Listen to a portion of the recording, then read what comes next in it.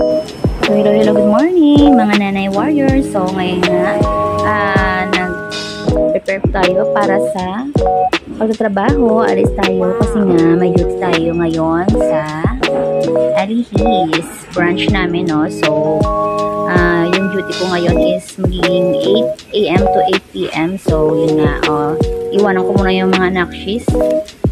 Tulog pa sila, no? Sarap ng tulog. Ayan, paulan-ulan pa yan, no? Kakayanin para sa ekonomiya. Diba? Lakad-lakad lang.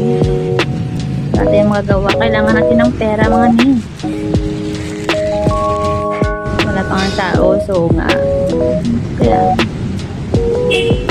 kung sana ako malilate, no?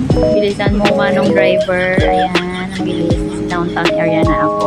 So, sayang, hindi ako nakabaon ng iinumin ko. Hindi pa ako nakapag-Milo, mga nin. Nakapagpandesal. Doon na lang sa pupuntahan ko. Doon na lang sa workplace ko, no? Doon na lang ako mag-iinom ng Milo. Yan, ito na nga. Magta-transfer na tayo sa Alihis na jeepney. Wala talaga akong choice. Ito talaga ako sumasakay kapag puntang Alihis kasi nga mas mabilis at mas mabilis silang umalis. Hindi sila nagpapaugas, no? Yan. Nakita ko ba dito yung isang circus noon sa mga high school? Kaya na Parnilla. Ito na ako. Ito nga pala ako ng duty, guys, sa isa naming branch every Sunday. Kasi nga, day off na kasama ko every Sunday. So, ako yung nag-release dito sa kanila every Sunday. 12 hours akong mag-duty dito, no? Mga nini. Para sa ekonomiya na kanini. Yan nga, medyo mabigat yung roll up, pero kayang-kaya naman, no? Yung mga biceps natin. First, ang gagawin natin, so, mag-open natin ang computer, maglalagin ang ating time in. Yan. Tapos mag-open ng pause.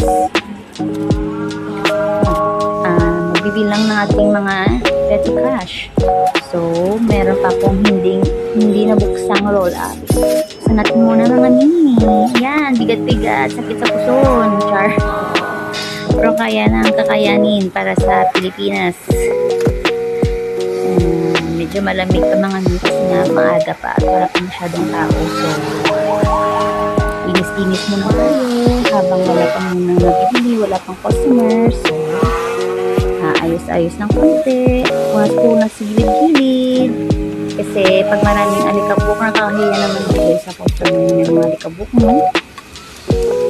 Lalo pat yung ating tinitindahin, hindi basta-basta. Gamot ito mga doon.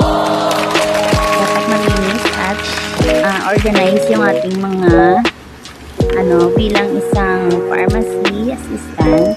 Ito po ang daily routine namin sa umaga hanggang sa gabi. Pag-refill, pag-check ng mga stocks, kung ano yung malapit ng maubos, yung mga near expiry, yung mga kailangan ng mag-reorder, dapat kompleto ito at dapat updated yung mga ating mga records. Yan. So, ito na nga, pagkatapos ng lahat ng ating mga gawain, pwede na tayong mag-happy-happy. So, wala pa namang tao, no? Natapos ko na lahat, wala pa ng tao. Ganito talaga dito, every Sunday, medyo matumal yung renta dito kasi nga yung tao hindi masyado marami. So, okay na naman yung mga bandang mga lunch or hapon. Madami rin naman sila. Ayan.